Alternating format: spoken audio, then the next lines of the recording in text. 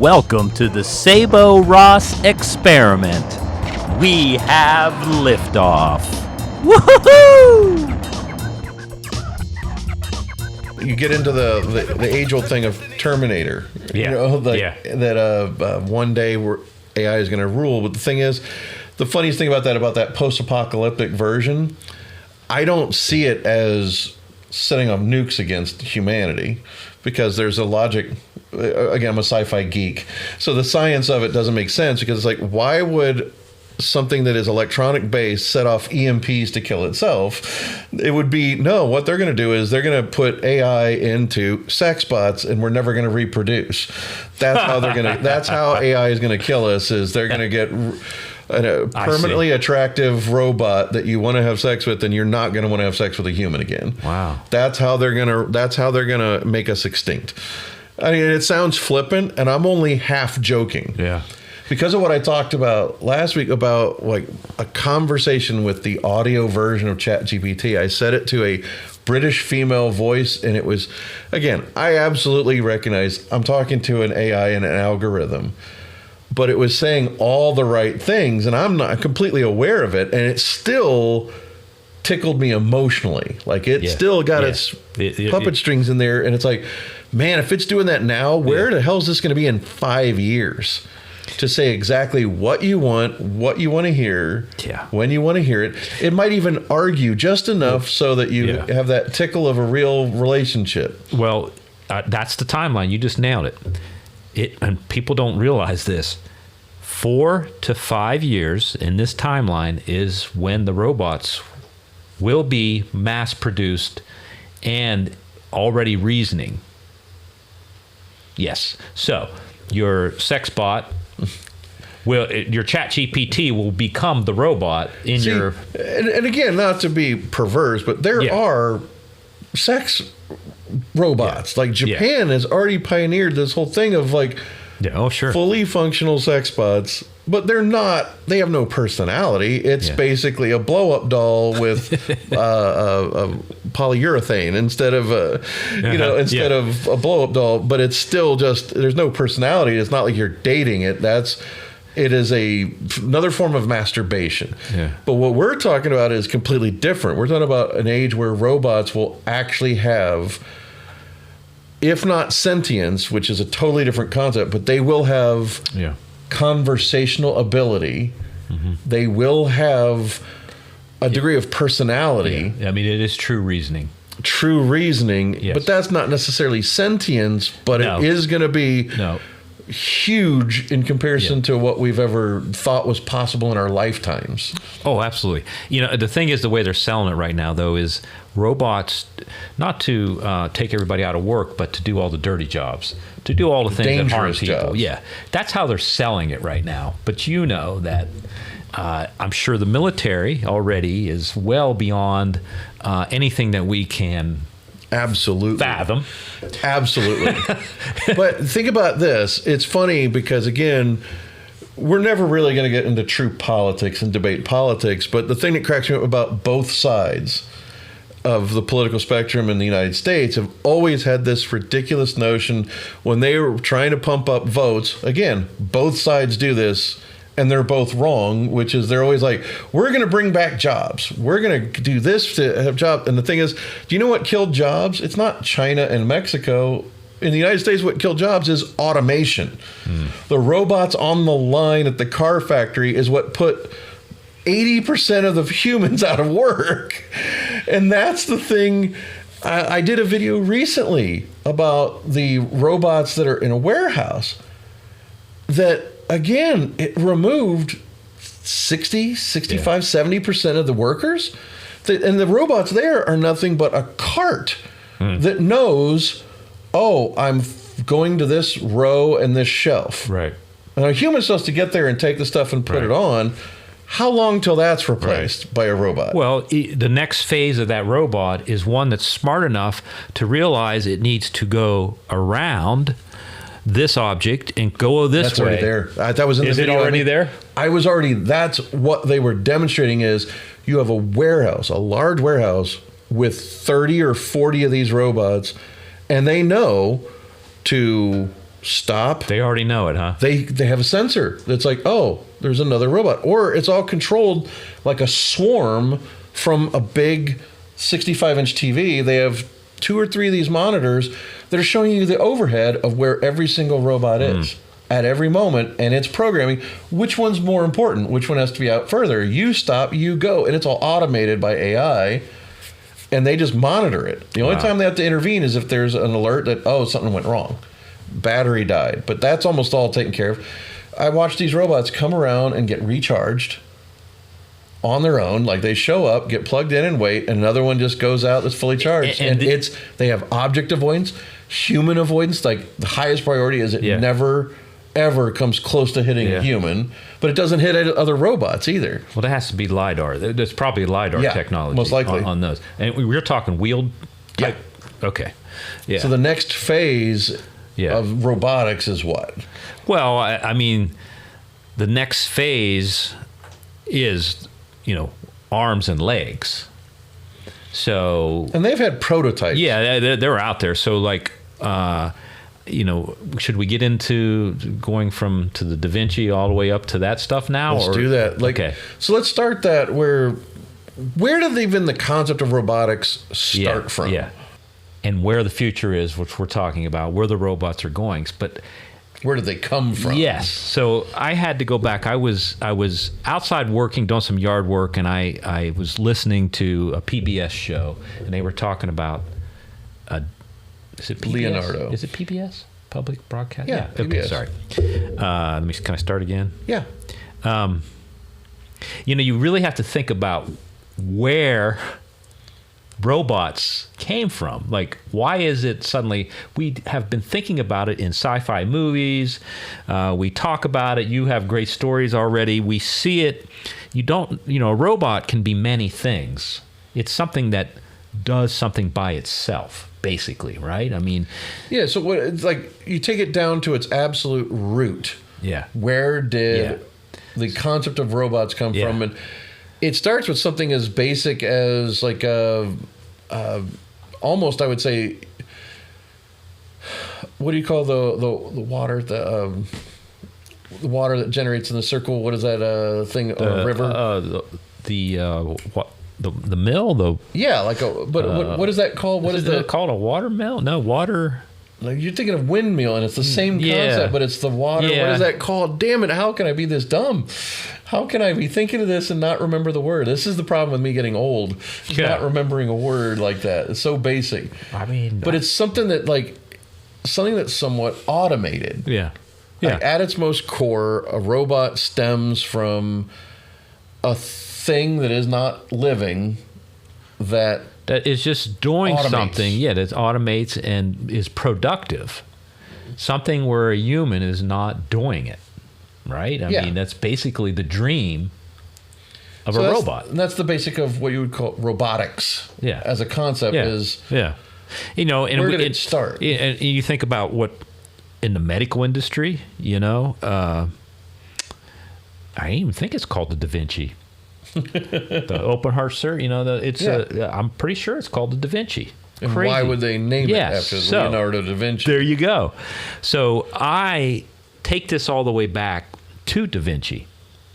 Because if you think about Da Vinci, he's the first name that kind of most people know something like, okay, this guy existed. And with a little bit of homework, Da Vinci was a master at taking old manuscripts, old ideas, and improving on them. Like taking things from ancient Greece, ancient Rome, Absolutely. The Egyptians even. And he was alive during the Renaissance. Yes. In Italy. So he's of that mindset of how do you innovate on old ideas. And during that Renaissance, they had numerous... I don't know what they called them, but they were to read and find manuscripts and then type them, or not type them, but put them on paper. Mm-hmm. And so Da Vinci found himself with this mindset and numerous other intellects that he hung around with. He latched on to some old workings of Greek philosophers, like you said, etc. So the idea of a mechanical moving device really stems all the way back to the Greek times. Da Vinci took it, modernized it, and created an actual hydraulic moving mechanism that he unveiled, like to a king or these people who funded. They had, he would work for one country because they would fund, whether it was for military purposes, just betterment of life. Yes. That's basically how robotics egressed. It started way back before we could even think. I mean, somebody was genius enough. It makes me think about things as simple as plumbing. I don't fully understand how plumbing works, but that is rooted in the Roman Empire, aqueducts. The idea of plumbing came from that. And again, people like Da Vinci in that era innovated it to what gets us almost a modern. Yes. And so, but when it comes to robotics, it's kind of like that idea of something like an water-based automation. Yeah. Automation itself is that root for robotics. And then robotics started to become something to where, I think it was in the late 70s, you started to see in the car factories robotic assemblies. Yeah. Which is now the norm. And that's on its way to something else. Oh, sure it is. I mean, I think the Japanese, when they stormed America because of the oil embargo and prices of oil, their manufacturing process was way more advanced than what we had going on at our Ford, GM, and Chrysler. It was all manpower. I think, the Japanese pioneered a lot of different things, but if you think about it, well, where did they get those ideas? Well, they got them from the previous. And if you go back and look in history, so, Da Vinci, they called it the mechanical knight in the 1490s, basically a robot before we even had the concept. He got that idea, I think, from the Greeks. And leading us, what I'm really trying to get to is leading us to today, right? Is what, what's next? So I equate somewhat Elon Musk to Da Vinci. So Elon Musk has kind of taken old ideas and the same concepts that Da Vinci had. He has what's called the Optimus. That's his big thing that's going to take Tesla to the next level. He is literally saying, and I believe this is right, 5 years from now, 100 million robots Tesla will make. Going into robots through Tesla. Absolutely. Optimus. That's their thing. He's unveiled something like that. Again, leave the politics out. It's hard to do at times, but, controversial though he may be, Elon Musk has made a lot of advancements. His work on Grok is very interesting. It's kind of like he's moving Twitter into X to Grok as AI. It's an interesting move. And again, this is not endorsing him or unendorsing him. I don't really care at this moment. In the concept of what we're talking about, it has nothing to do with the political side of what he does. But you can't deny his innovations that he's done. Yeah. And so, there's interesting things about that, which is it'll take someone to innovate that would invest that much future-wise. One of the more interesting things about that is there are a degree of robotics involved at something like Amazon through Jeff Bezos, but he's actually keeping a lot more of the human element than he could. He could be automating a lot more, and he's not, which I find very interesting. That's interesting. I know Amazon desperately wants to automate as much as they can. Yeah, because the less humans involved, the more profit they make. Well, they also, I think, is efficiency and speed, because another layer. Its delivery times is really what they're putting UPS at. I mean, they're hurting UPS. Oh, the one they hurt the most was U.S. Post Office. Yeah. Biggest mistake the United States Postal Service ever made, cost them tens of millions, if not $1 billion, was not keeping the discounts with Amazon. Right. Yeah. Well, because the moment they did that, they immediately bought that fleet of trucks and hired out people and have all those third-party delivery people that are independent contractors like Uber that are delivering for Amazon instead of U.S. mail. They could have been the lifeline the U.S. Postal Service needed to stay profitable. But there's something interesting about that little side debate is, again, trying to avoid politics. Well, there's some politics on that one. There's a lot of politics there because I don't want to get into who said what to who. That doesn't matter. It's not relevant. But what is interesting is that with the U.S. Postal Service, the thing that's no part of that is truly automated. And that's all manual, and that keeps people employed. Yeah. But is it efficient? And more importantly, the one thing about a lot of the political debates is what gets left out about when people say, I think it should be privatized or not, which we're not debating that. But the interesting thing about it is the United States Postal Service is in the United States Constitution as required. So it's very hard to remove that since it's in the Constitution. But the problem is it's archaic. Well, like a lot of things in the government that Doge has shown us. But the thing about that is but again, avoiding the political side of that, it's the U.S. Postal Service is indicative of a couple things of inefficiency, but also necessity in a way. We still need the U.S. Postal Service, but to what degree? Yeah. Well, again, I'll give you an example. They've been cutting back. A lot. They have. Saturday delivery should be on the chopping block. Yeah. Well, it's hard to say, but I'll give you an example what they have been doing, because what Amazon's, continuing back to Amazon first, their one-day delivery service, and I use it a lot, and same-day delivery service, which sometimes it doesn't work, but, hey, great. Other countries, they got that out the yin-yang. We think we're technologically advanced in a lot of things. Go to South Korea. Yeah. Go to South Korea but you know what, and see how advanced they're much it is. more dense. So you can get things to people, a large group quickly because it's such a dense population. But their automation of their warehouses and stuff. Anyway, a guy, for example, who lives in the country, and he has a bunch of property. And just to get to his mailbox, he would have to get on his little golf cart, maybe drive, a quarter of a mile. I mean, he's got nice property. He just likes his reclusiveness. Now, what they decided to do is look, we're no longer going to deliver to your mailbox anymore.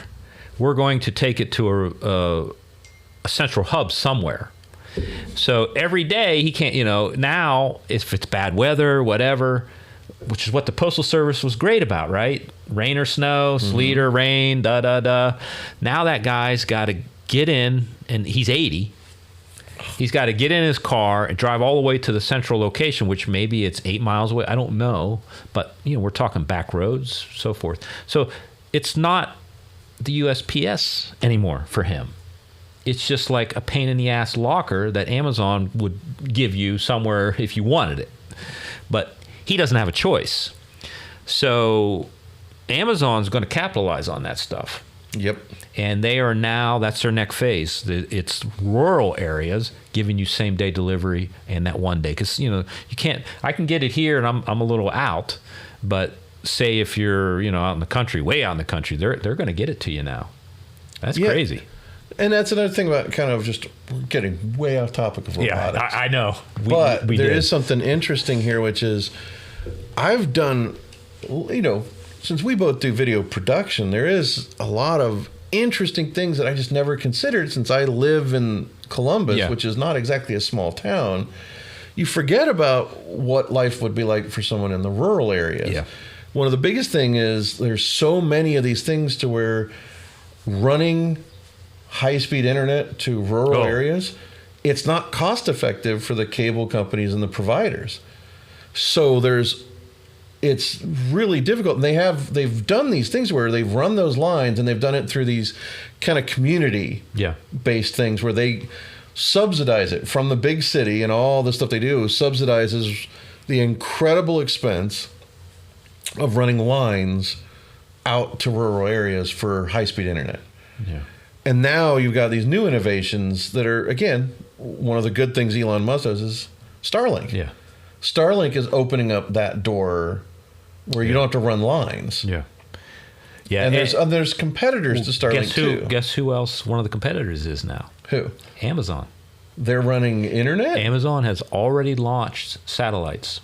They've already started. Now, it takes time because you got to create this chain. Starlink's got a huge head start. Yes. And their interface works great. I don't know if you've ever been able to use it. It's just a little device. You can turn it off and on anytime you want. So you could pay the $25 1 month, say you're going to be traveling. Yep. Of course, you still need clear skies, though. You know, generally, yeah. It reminds me of the old, I used to have that DirecTV just to get the NFL ticket. So, in order to watch the Steelers. Yeah, you got it. We all like to know where robotics is going to, and we've talked about that 5-year plan everybody has. So, where did it come from? And I was thinking about that medical device, the Da Vinci, that can do open heart surgery. I mean, it's a lot of little scissors, and guys sit back and control it like a little puppet, Mm-hmm. But you think about it, Da Vinci is like the source to really about robotics, right? Mm-hmm. It was like in the 1490s, what he was brilliant at doing was taking other people's, even earlier, Greeks, Romans, mm-hmm. and innovating from what they had already thought about robots. So that's where we are today, which is like we've had basic robotics forever. For 40, 50 years, but we're now reaching I think we're going to see an extreme innovation. Well, what it is, right, is the fact that this AI, this ability to learn on its own, right? Like a large language model, which gets fed and scrapes everything at known and then starts to build upon that. So now a brain can be put in these robots that is current. So if you think about these, so I was thinking about Honda. Do you remember, what the heck was that thing called? They had this big old, I'm sure you've seen it, looked like a snowman or something. It was Osmo, Honda Osmo. Yeah. He would walk around. And that was like, I don't know, it could have been 1990s, 2000. Yeah. The other one that came after that to scare the crap out of it was Boston Dynamics. You see the one that could jump the logs and claw, and it was real scary looking. It was like an attack dog, basically. Everybody thought, oh my God, the world's going to end. Boston Dynamics got killer robots. Yeah, and we have the thing where there have been bomb diffusing robots for a while. Yeah. But those are generally remote controlled. Yeah. We're on the cusp of everything we've already talked about with AI. Yes. And the size of memory and storage. We can start putting exceptionally intelligent brains into robotics within the next 5 to 10 years of our life. 5. You think it's going to be close to 5? Absolutely. So that leads me to Musk, right? So I'm just going to kind of skip. There's obviously many brilliant people, but Musk has a name, right? Yeah. And controversial or otherwise. So I think of Musk somewhat like Da Vinci in the regards that Musk pays attention to everything that's going on, recycles some of that information. So Boston Dynamics, even Honda, Da Vinci, you name it.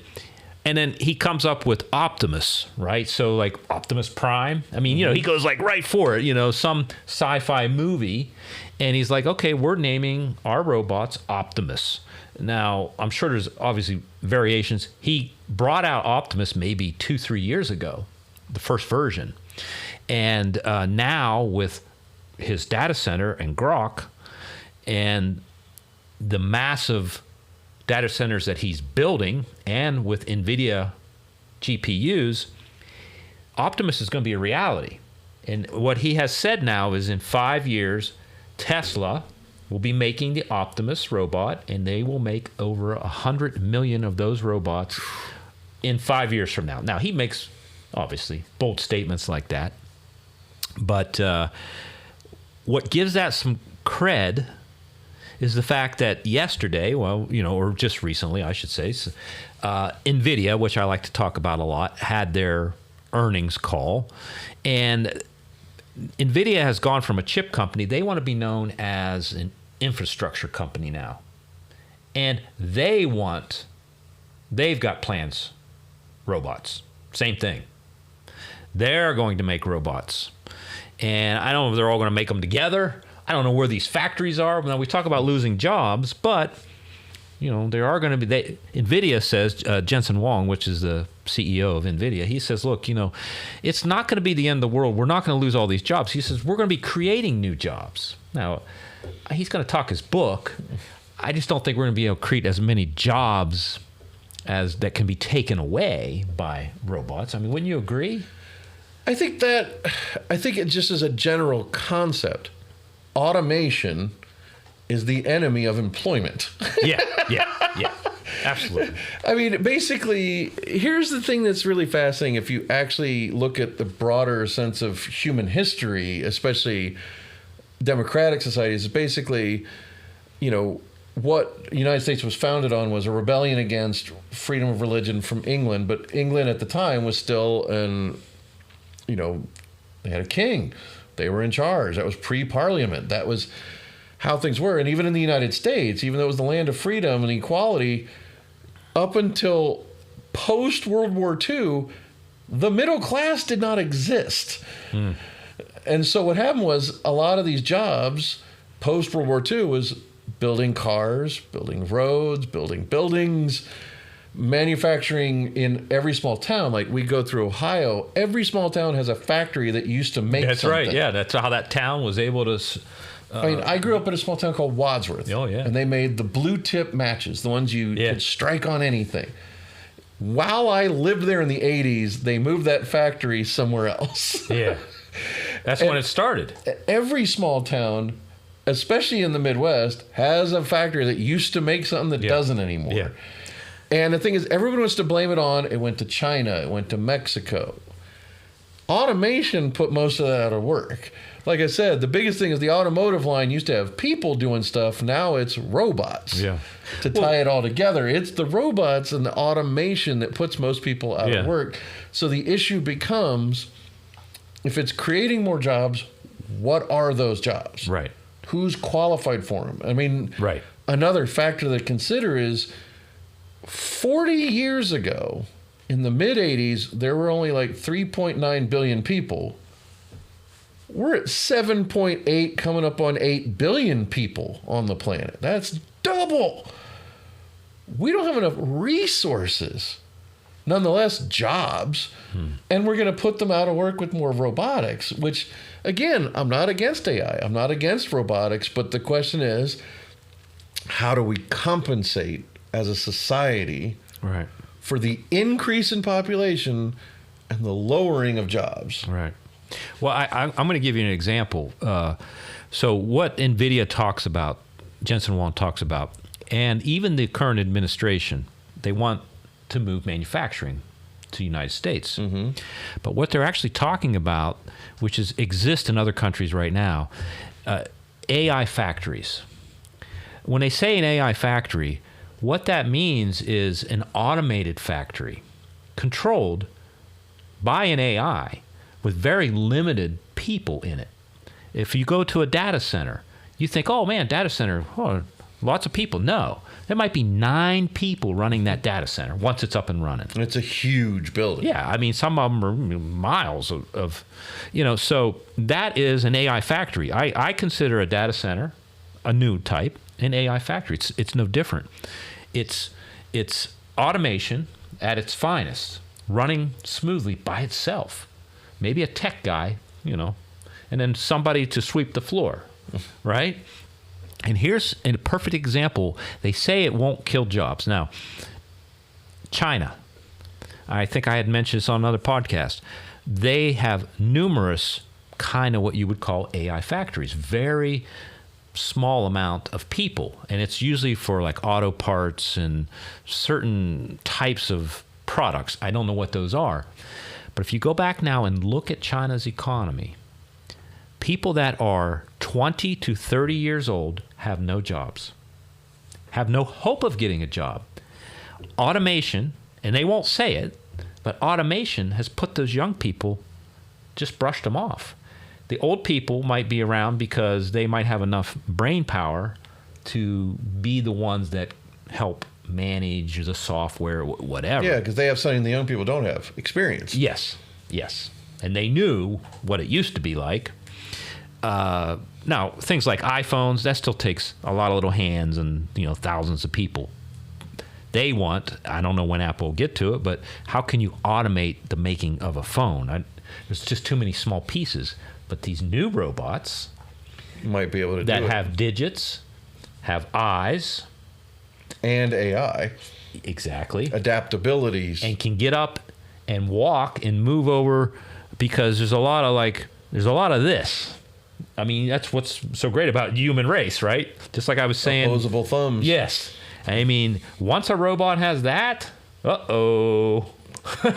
I think, again, what I can't tell is what the future actually holds, because I think that, and this is where everything culminates, which is when you combine AI with the physical robotics that are advancing exponentially. It is that concept of Terminator. But again, if the AI wants to make the human race extinct, it's not going to be from launching nukes. It isn't. It's so much easier to find a way to, through automation, sterilize us in our food from a tasteless thing, and we can't have kids anymore. You know what I mean? I don't see how it's not efficient to drop nukes like Terminator. No, but again, I like that's a great story, though. It's a fun story. Yeah, but I don't see it. Well, there was I don't know the name of the movie or whatever. Or it could have been a TV show. This concept was really interesting, where the AI and the robots, they had a job. Their main job was sort of like what Amazon's doing in delivering packages, and they had to get them there right away.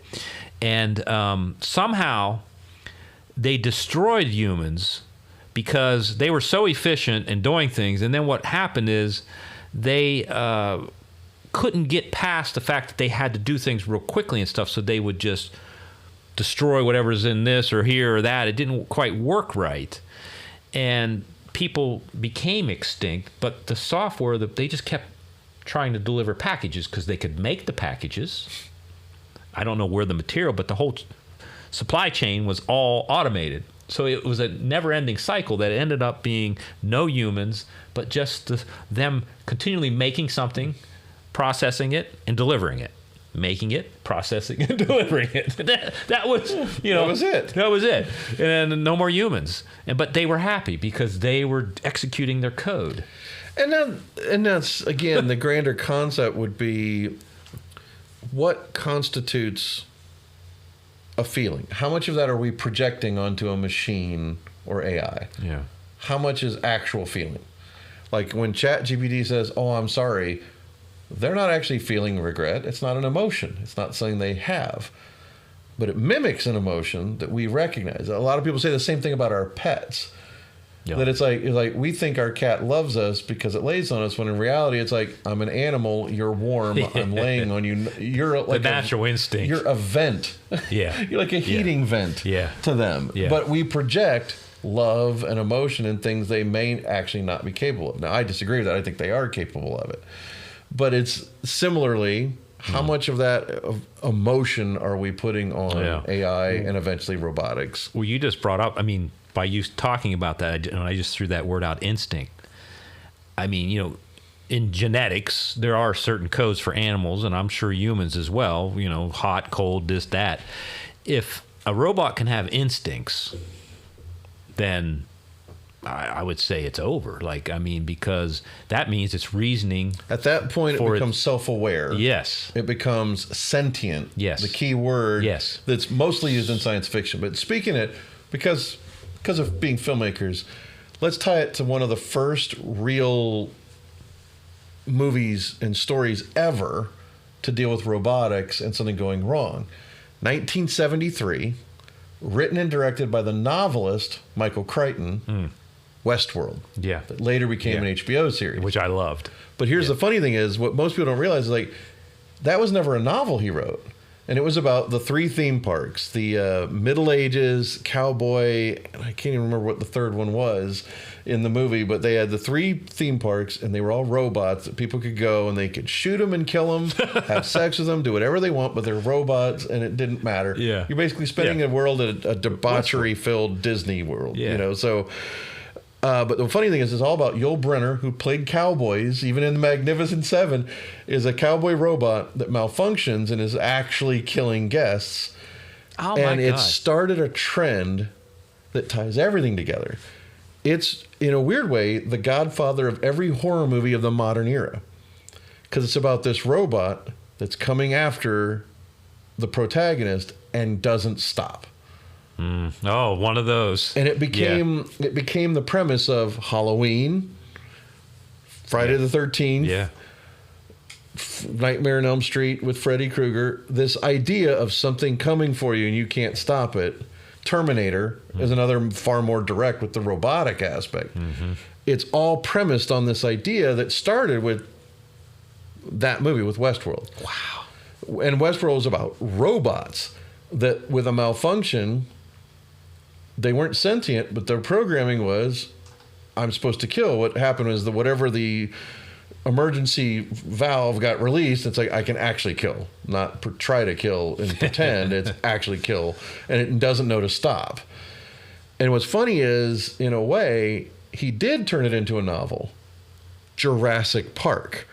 He just took the concept of amusement park where things go wrong and the rides tried to kill the guests and just turned it into, well, I can hinge this on dinosaurs. That's great. Yeah. Wow. So he ended up writing it as a novel, but completely changing. It's the same greater theme, just adapted to this other place. Much more acceptable, too. Much more acceptable, much more popular. I mean, dinosaurs would be defensive. Yeah, I mean, but it's also like, oh, you have a theme park where everything's supposed to be safe. Yeah. And the things you're there to see and have fun with are trying to kill you. Yes. Same basic concept of both that movie and the novel, an eventual Spielberg movie. Yeah. So, but again, tying it to the robotics it's that idea of the glitch, of the error, of something went wrong and you can no longer control the robot. That's the fear. But I think the real fear is the slow death, that automation ends up causing society as a whole through every continent. People will not be able to work, not be able to feed their children. They starve and they die. Yeah. That, to me, is a far bigger and far worse death than something instantaneous like a nuclear strike. To me, that slow death of, we have to live in a world where I can't feed my children, that they can't survive because there's nothing we can do now. And you start getting that separation that tore down the Roman Empire and ancient Greece before it, which is a couple people on top have everything, the masses have nothing, and there's nothing for them to do to get work. Again, post World War II, we have a middle class in the United States. Take that away, and society starts to crumble in a different way. Well, now you're painting the picture where, just like any war, when a civil war, because certain groups are oppressed, and the only way to stop it is to destroy. Or to forcibly force change. Right. But with robots, then you could see a Terminator situation. But the robots yet don't know how to fight, but they will. They will. I mean, I'm telling you right now, again, taking common science fiction and it becomes a reality. Yeah. Well, our iPhones are based on the Star Trek tricorders and do 10 times more than that science fiction ever thought they could do. But then on another level, we talk about Iron Man. Oh, gosh. They're going to make the military robots. They already have, the first step of that are drones. The military drones are your first step towards that. You have riskless air combat to murder humans with a flight drone. Well, I tell you what, that leads us into